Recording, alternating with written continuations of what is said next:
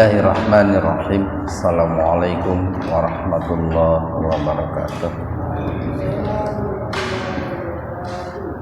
Alhamdulillahi rabbil alamin. Wa bihi nasta'inuhu ala umuri dunya waddin. Asyhadu an la ilaha illallah wahdahu la syarikalah. Wa asyhadu anna Muhammadan abduhu wa rasuluh. Amma ba'd.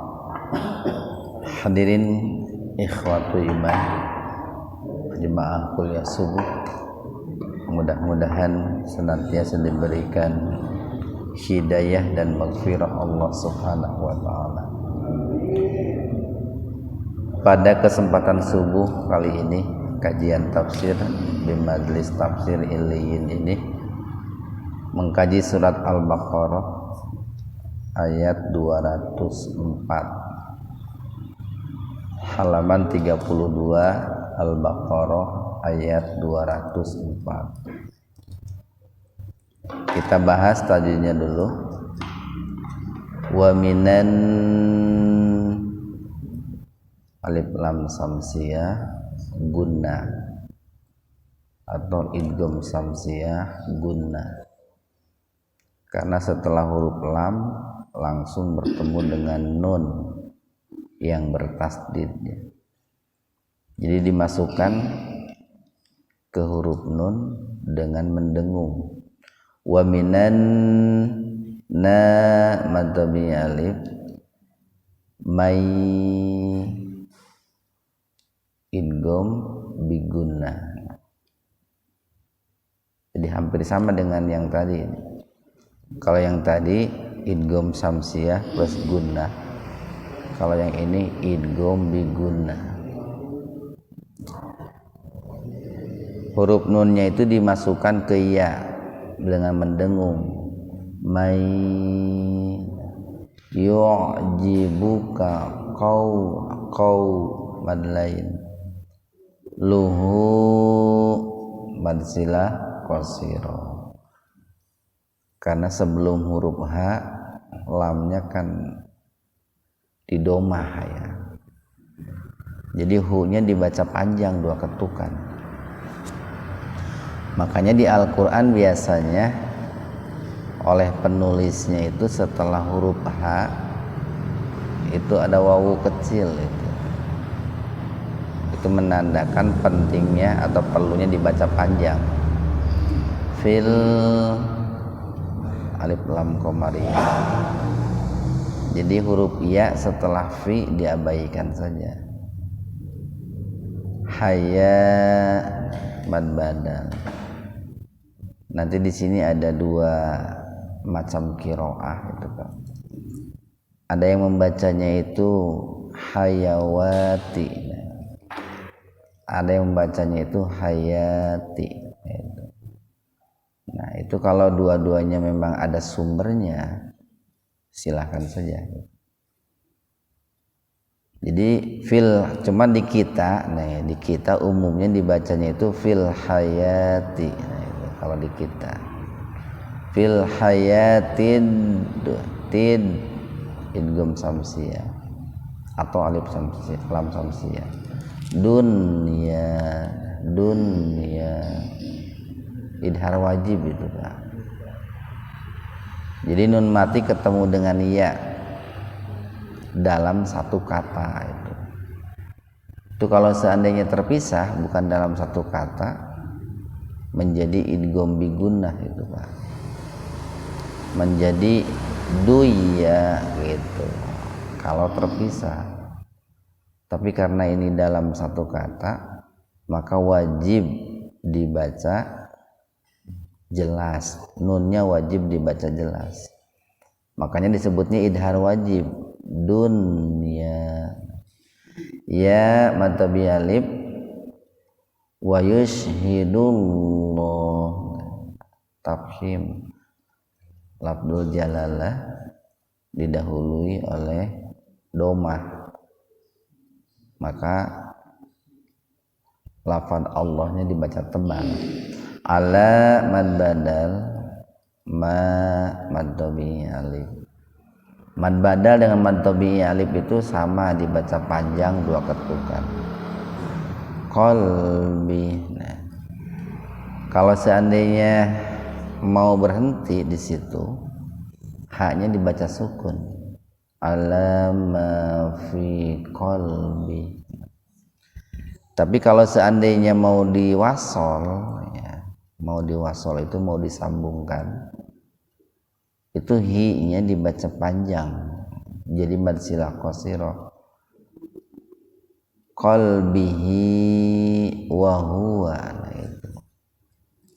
Wa huwa aladul alif lam qamariyah khisam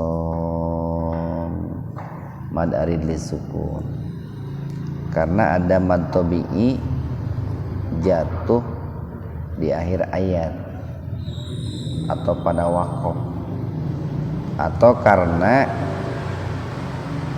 waqaf tanda berhenti didahului oleh mad tabi'i. Ikhwanu fiddin arsadakumullah, ayat 204 ini Allah berbicara tentang salah satu sifat buruk, ya, salah satu sifat buruk yang dimiliki oleh orang-orang munafik gitu. Tentu ayat ini salah satu tujuannya adalah satu, untuk membentengi diri kita dari kemunafikan-kemunafikannya, membersihkan diri kita dari sifat-sifat munafik.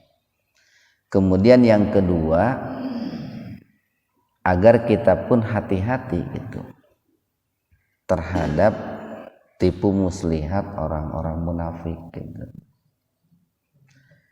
Wa minan nasi, nah ini wa-nya wawu ibtida, ya, atau wawu istinaf gitu. Wawu yang berfungsi untuk menunjukkan permulaan pembicaraan, ya. Karena kan seolah-olah pembicaraan Allah dalam ayat 204 dengan 203 itu membahas tema yang berbeda itu, Pak. Makanya disebutnya wawunya wawu istinaf atau ibtida, madrasah ibtidaiyah. Nah itu sekolah dasar kan. Wa dan min. Nah min ini bisa disebut harfu jar. Kalau disebut harfu jar maka fungsinya memajrurkan kata sesudahnya, makanya huruf sinnya di kasroh itu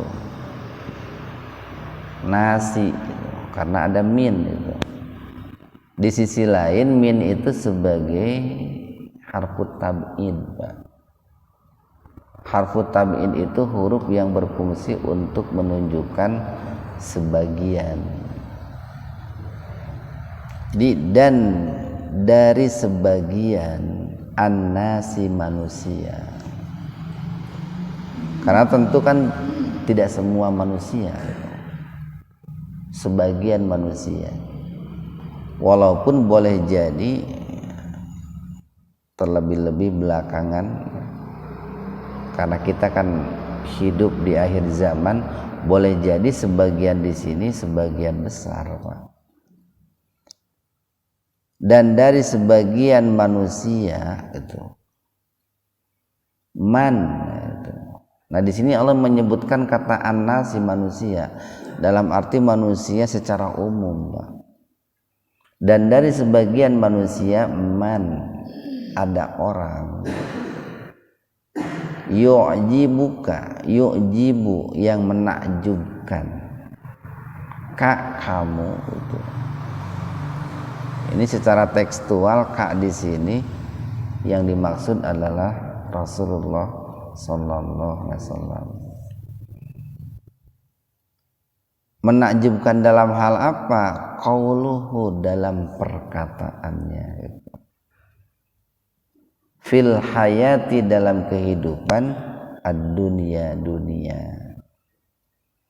Ini kalau kita lihat ya asbabun nuzul ya, sebab-sebab turunnya ayat ini kronologisnya begini Pak. Di zaman Rasulullah sallallahu alaihi wasallam, ini Rasulullah ini seorang tokoh yang sangat luar biasa kan Pak. Beliau seorang nabi, seorang rasul, seorang ulul azmi, bahkan dua manusia yang diberi gelar oleh Allah sebagai Khalilullah, orang yang sangat dikasihi oleh Allah. Itu kan satu Rasulullah, yang kedua Nabi Ibrahim alaihissalam. Nah, di zaman Rasulullah itu ada sebagian manusia, dalam arti manusia yang memiliki tabiat kemunafikan itu Pak. Itu selalu berkamuflase gitu ya. Mereka mendekati Rasulullah sallallahu alaihi wasallam dan mereka pura-pura menampilkan sosok seorang mukmin itu. Salah satunya adalah melalui ucapan-ucapan, melalui perkataan-perkataan yang mereka ucapkan di hadapan Rasulullah sallallahu alaihi wasallam. Nah, ini kan berani benar gitu ya. Di hadapan Rasulullah dia bisa melakukan kemunafikan. Nah, kalau di hadapan Rasulullah saja masih banyak orang-orang yang sebetulnya mereka itu munafik gitu Pak. Apalagi kalau di hadapan kita manusia biasa Pak. Kita ini kan boleh dibilang basiroh kita ya, ketajaman mata hati kita ini kan tumpul lah Pak. Atau boleh dikatakan bahwa ilmu nafas ya, ilmu jiwa kita ini kan tidak begitu bagus itu ya. Sehingga mungkin saja atau sangat dimungkinkan kita tidak mengetahui kemunafikan-kemunafikan yang dilakukan oleh orang-orang munafik di hadapan kita gitu. Toh Rasulullah sallallahu alaihi wasallam sendiri itu Pak, yang mata hatinya, basirohnya begitu tajam, yang otomatis karena beliau selalu melakukan tazkiyatun nafas, ilmu jiwanya, ilmu psikologinya sangat luar biasa. Masih ada saja orang-orang munafik yang berpura-pura menunjukkan sebagai seorang mukmin di hadapan Rasulullah sallallahu alaihi wasallam. Dan Rasulullah pun sering terkecoh gitu Pak, sering terkecoh dengan kemunafikan mereka. Nah, ini kalau kita baca dalam tafsirnya itu, di antara orang munafik yang menunjukkan atau menampilkan perkataan yang memukau di hadapan Rasulullah itu adalah Ahnas bin Suraik gitu Pak. Kalau kita baca dalam penafsiran para mufassir itu adalah Ahnas bin Suraik. Kan cukup banyak Pak orang munafik di zaman Rasulullah itu. Ada Abdullah bin Ubay, itu kan tokoh munafik juga. Nah, itu ketika Ahnas bin Suraik itu bertemu dengan Rasulullah atau menghadiri majelis Rasulullah, ya perkataannya itu luar biasa Pak. Dia senantiasa berkata dengan perkataan-perkataan yang islami gitu Pak. Dia berkata dengan perkataan-perkataan yang memuji Rasulullah sallallahu alaihi wasallam, menyanjung Rasulullah, berpihak kepada Rasulullah, berada di barisan Rasulullah. Itu ketika dia berada di hadapan Rasulullah. Ya barangkali kalau hari ini pencitraan lah Pak. Jadi Ahnas bin Suraik ini melakukan pencitraan di hadapan Rasulullah. Kan banyak sekali Pak, banyak sekali. Jadi jika di zaman Rasulullah saja banyak gitu, apalagi di zaman sekarang gitu. Terlebih-lebih kalau sudah menjelang pemilu itu Pak. Jual mendadak orang itu banyak yang nampak alim gitu, nampak soleh gitu. Banyak orang-orang yang sebelumnya memusuhi Islam jual marake kopiah gini Pak, jual di kerudung gitu. Padahal kan sebelumnya itu sangat benci terhadap Islam, terhadap ulama gitu. Jual darai ke masjid gitu. Itu sebetulnya ciri orang munafik itu seperti itu Pak. Nah ini kan sebetulnya Allah memberikan pendidikan kepada kita gitu. Satu, biar kita itu hati-hati, jangan sampai diri kita seperti itu. Yang kedua, biar kita pun hati-hati dari orang-orang yang bertabiat seperti itu. Karena kan seringkali kita, banyak umat Islam itu yang punya penyakit amnesia gitu Pak. Sehingga banyak orang-orang munafik yang sebelumnya begitu memusuhi Islam, tetapi dalam waktu 2 bulan 3 bulan gara-gara si munafik itu pakai kopiah lalu mengatakan Masya Allah, Subhanallah, bersolawat, langsung lupa terhadap kemunafikannya itu Pak. Langsung lupa itu. Nah ini mudah sekali, banyak umat Islam yang mudah dibodohin gitu Pak, dikibulin gitu. Wa yushidu, dan mempersaksikan, menampakkan gitu, memperlihatkan siapa Allah ala terhadap apa. Ma di sini adalah ma'lil asya Pak. Ma yang menunjukkan terhadap suatu tindakan, suatu kepribadian ya, suatu tabiat. Tabiat apa? Tabiat kemunafikan Pak. Fi qalbih, yang ada di dalam hatinya. Jadi sebetulnya nih kalau kita kaitkan dengan ayat-ayat yang lain, Al-Quran itu membagi manusia itu kepada 3 kepribadian Pak. Pertama ada kepribadian muslim, yang kedua ada kepribadian kafir, yang ketiga ada kepribadian munafik. Nah ini sedang bicara tentang orang-orang yang memiliki kepribadian munafik.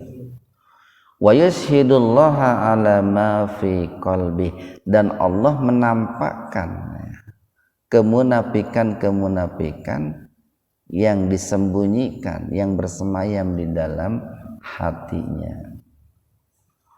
Wa huwa, sedangkan dia orang munafik itu aladdu. Ladid itu kan lezat itu Pak.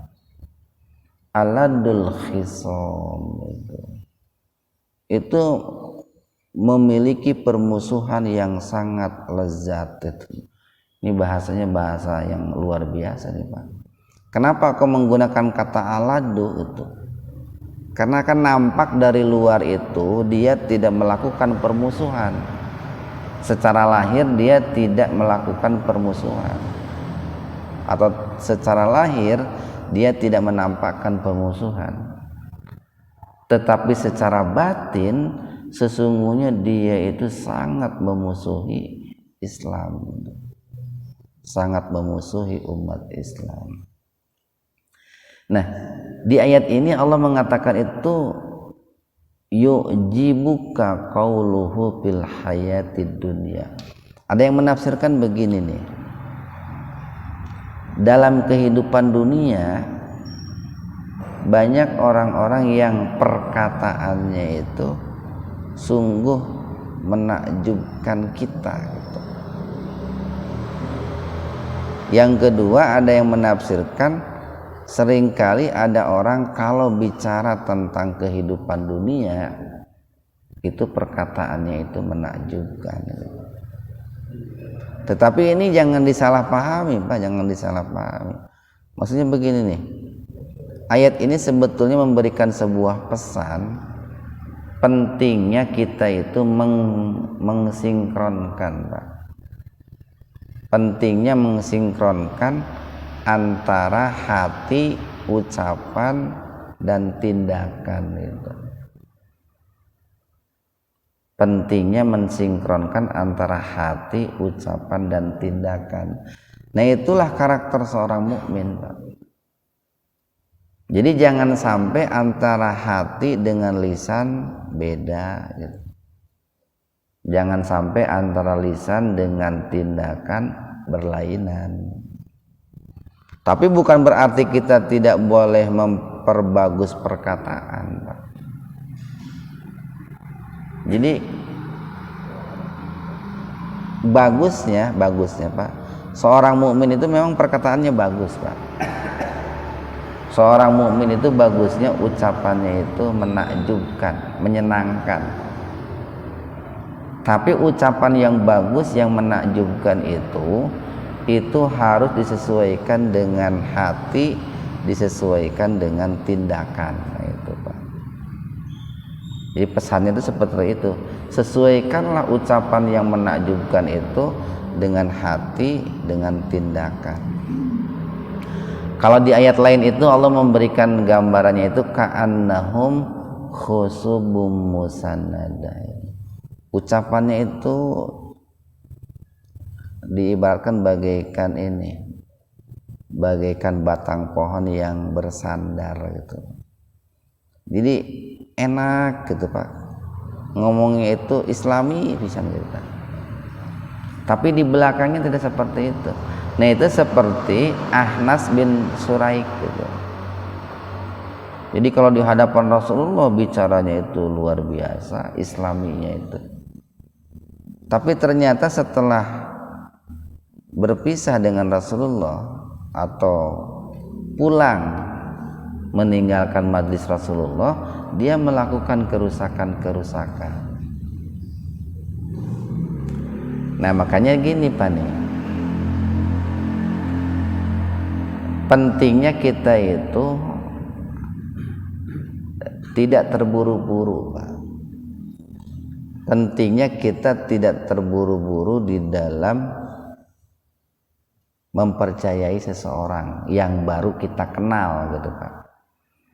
Ketika seseorang itu merekomendasikan tentang siapa dirinya kan gitu. Kan begini, orang itu kalau baru ketemu lalu dia memperkenalkan diri, kan tidak mungkin memperkenalkan keburukan dirinya. Kemungkinan besar dia itu akan memperkenalkan kebaikan-kebaikan atau keunggulan-keunggulan yang dimiliki oleh dirinya. Nah, kita jangan percaya begitu saja gitu. Jangan lekas percaya. Sebelum kita itu mengetahui lebih jauh tentang siapa orang itu.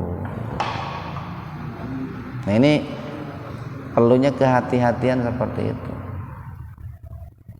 Ini kalau kita belajar dari nasihat Umar bin Khattab, beliau mengatakan ada 3 cara untuk mengetahui kepribadian seseorang. 1 melalui safar Pak, melalui sebuah aktivitas perjalanan jauh. Itu melalui safar kita akan mengetahui karakter seseorang. Makanya nih luar biasanya bahasa Arab itu Pak. Safar itu punya makna identik dengan tafsir.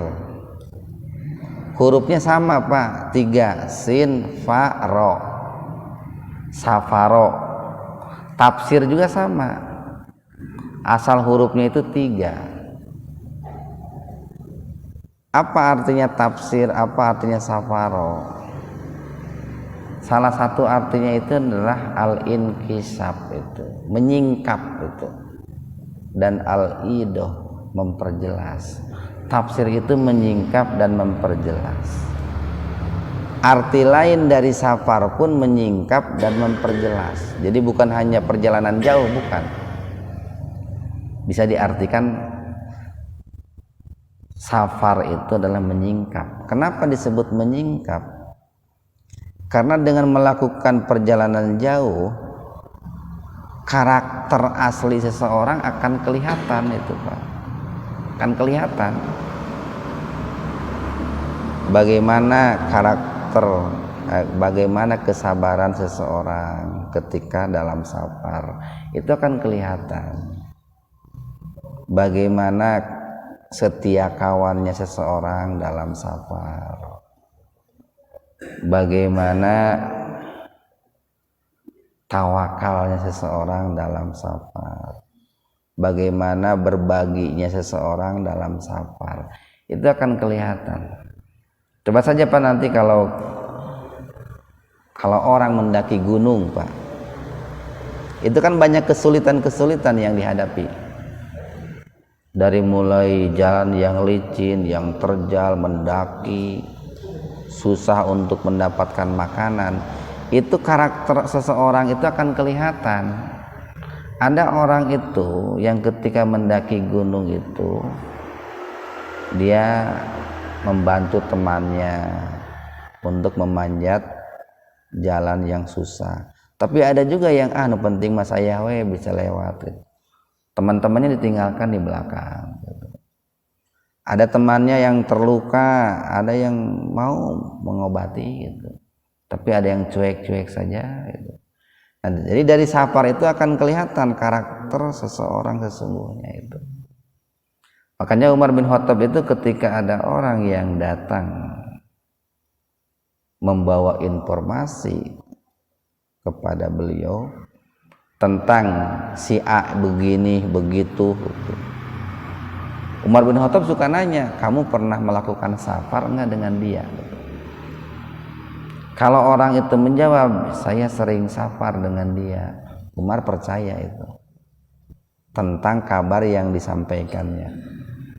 Tapi kalau Umar bertanya, kamu pernah melakukan safar enggak dengan dia? Belum pernah. Kata Umar, kamu pembohong katanya. Kenapa? Kita tidak akan tahu lebih jauh tentang karakter seseorang kalau kita hanya baru bertemu saja itu, Pak. Baru bertemu saja. Apalagi kalau bertemunya hanya di masa kampanye saja, Pak. Atau hanya lewat media saja. Kemudian yang kedua, untuk mengetahui karakter seseorang itu adalah melalui muamalah bisnis itu, Pak. Melalui aktivitas jual beli. Jadi dari aktivitas jual beli itu akan ketahuan itu karakter seseorang itu.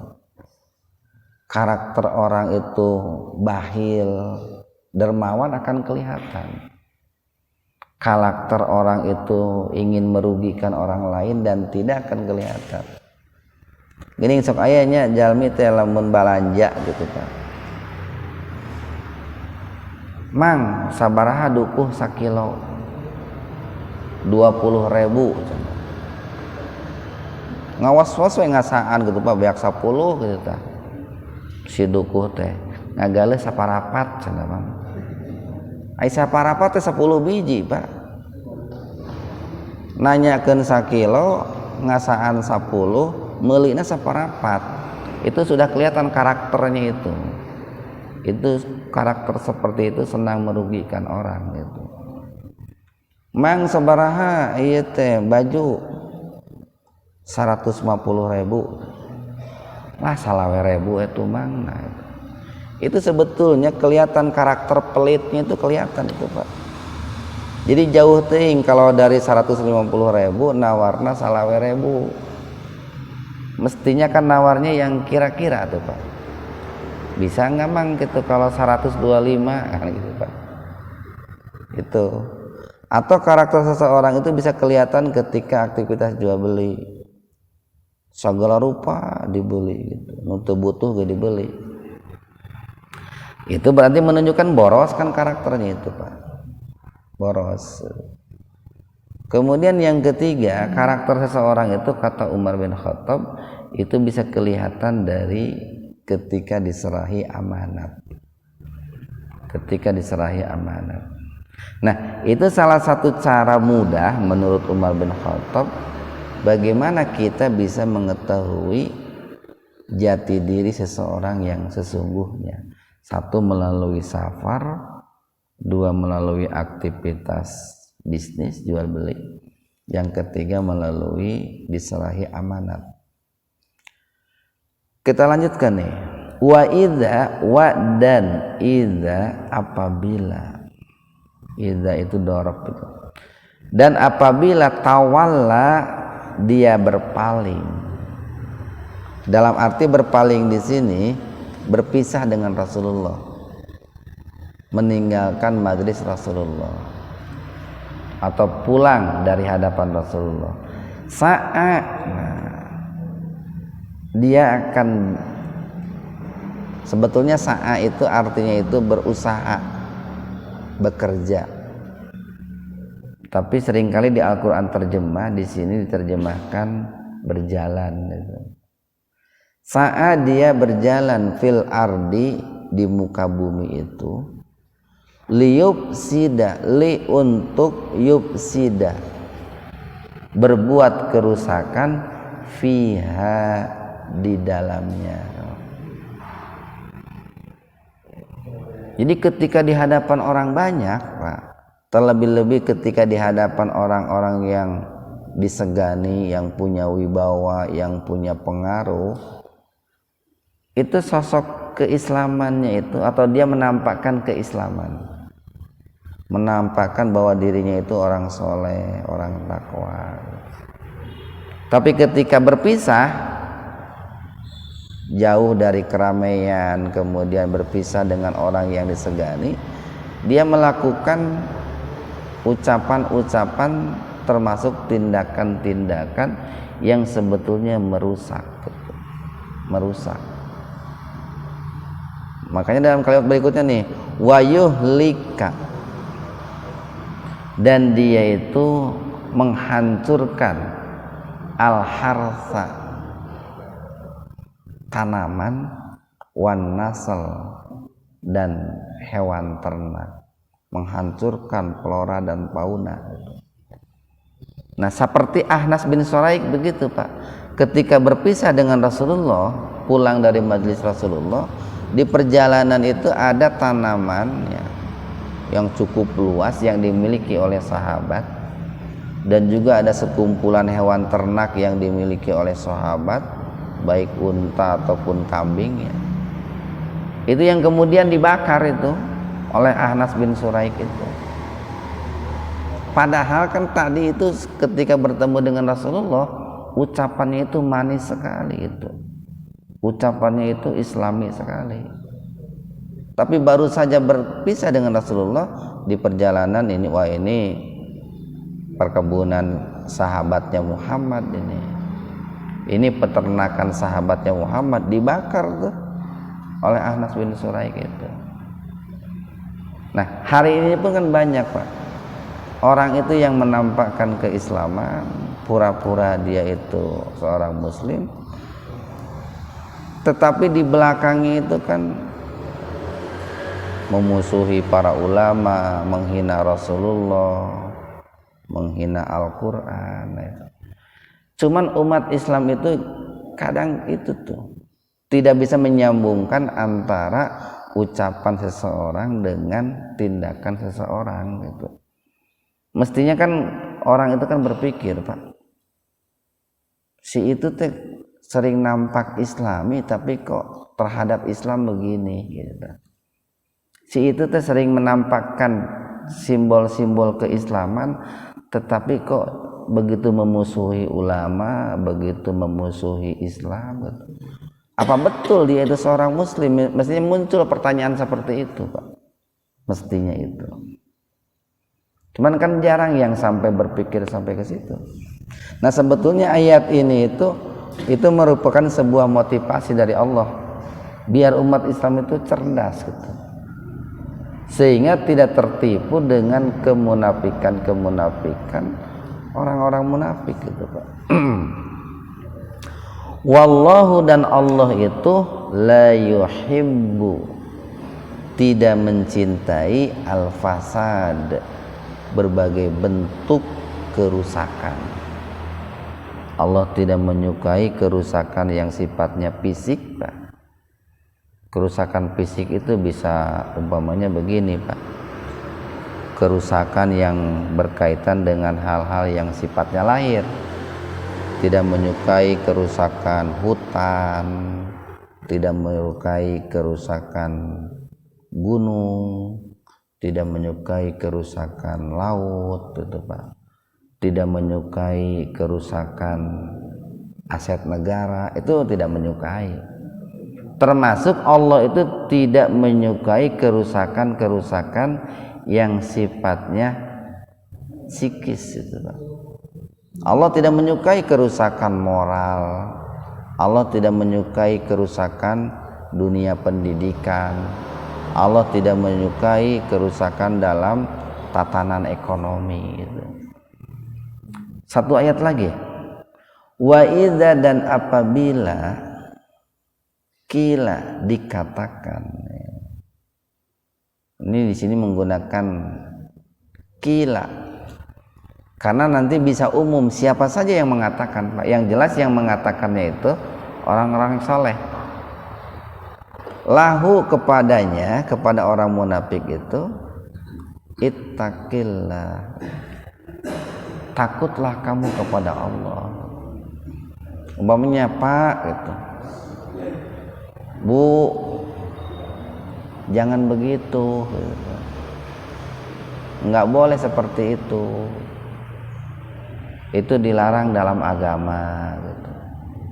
Itu bisa menyakiti orang lain, itu bisa merugikan orang lain. Bertakwalah kepada Allah, gitu. Apa reaksinya itu? Bagaimana responnya itu? Akhadathu, maka dia akan menjadikan al-izzatu. Al-izzah di sini artinya jangan diartikan kemuliaan, kesombongan, Pak. Jadi izzah itu bisa diartikan mulia, bisa diartikan sombong, bisa diartikan harga diri, tergantung redaksinya seperti apa. Dia akan menjadikan kesombongannya itu bil ismi, untuk berbuat dosa.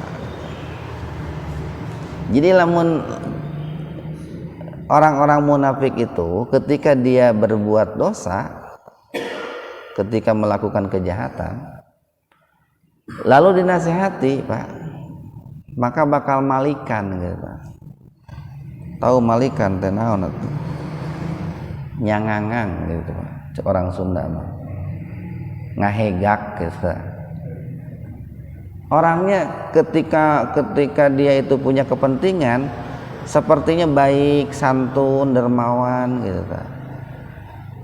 Tapi kemudian ketika kejahatannya diketahui orang, lalu orang itu memberikan nasihat, kumaha dewek, waduh, aya didinya saha, boga jabatan naon, kan gitu orang munafik itu, Pak. Bahkan tidak sedikit, bukan hanya bicara sampai di situ, dia akan menggunakan kekuatannya, menggunakan kekayaannya, menggunakan kekuasaannya, para pendukungnya, barangkali bodyguard-bodyguardnya itu untuk melakukan kejahatan, untuk melakukan berbuat dosa. Si eta ka urang tadi macam-macam, bereskeun lah, contoh gitu. Si eta menghalangi jalan saya. Kumaha menyikapinya? Kalau nih, Pak, kalau kita mengutip pendapatnya itu seorang sahabat yang bernama Ibnu Abbas itu, Ibnu Abbas mengatakan jahidil munafikina bil qaul gitu. Hadapilah orang-orang munafik itu dengan perkataan lagi, Pak. Jadi dalam arti dengan argumentasi yang bisa menjatuhkan harga diri mereka di hadapan orang-orang banyak. Atau hadapilah orang-orang munafik itu dengan argumentasi yang dengan argumentasi itu dia tidak bisa bicara lagi itu. Nah, itu penting seperti itu. Tapi tentu disesuaikan dengan tingkat kemunafikannya. Kalau seandainya dia sudah bertaubat, pokoknya dijatuhkan harga dirinya atau dipatahkan argumentasinya, lalu dia bertaubat, ya dengan taubatan nasuha, sudah, jangan dilanjutin.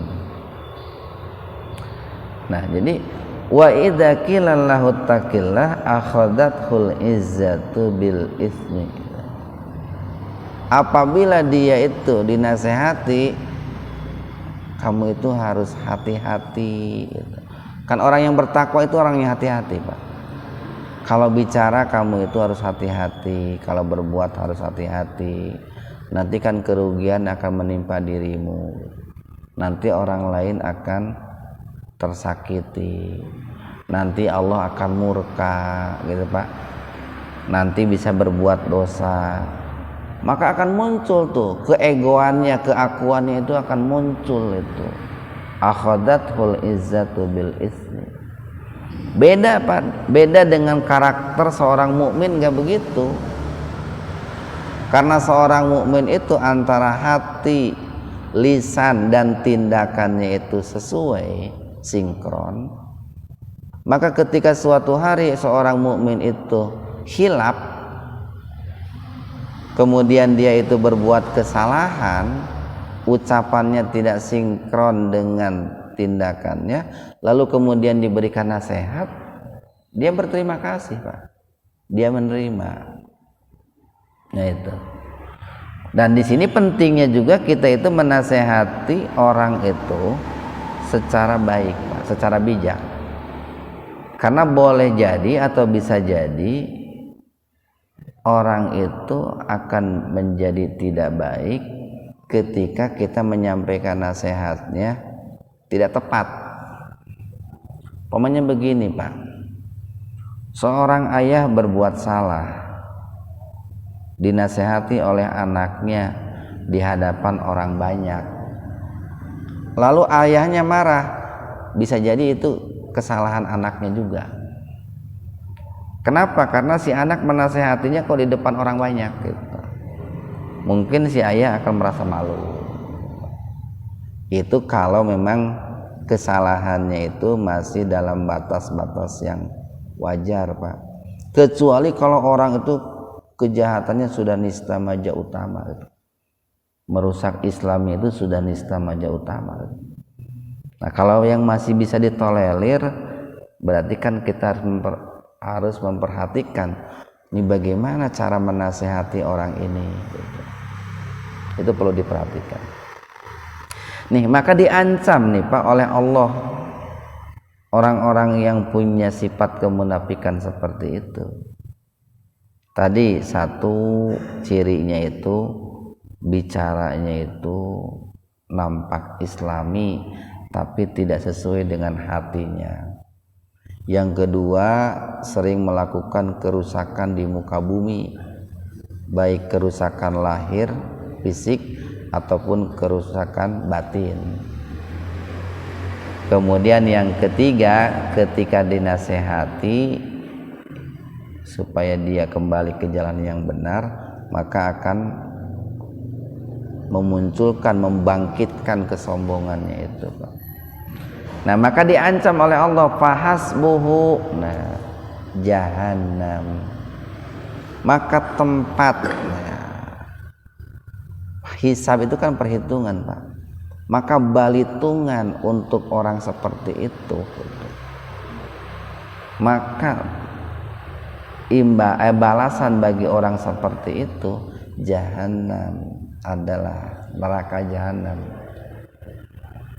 Wala bi'sa, dan neraka jahanam itu wala bi'sa, seburuk-buruknya al-mihad, tempat tinggal, Pak. Seburuk-buruknya tempat tinggal.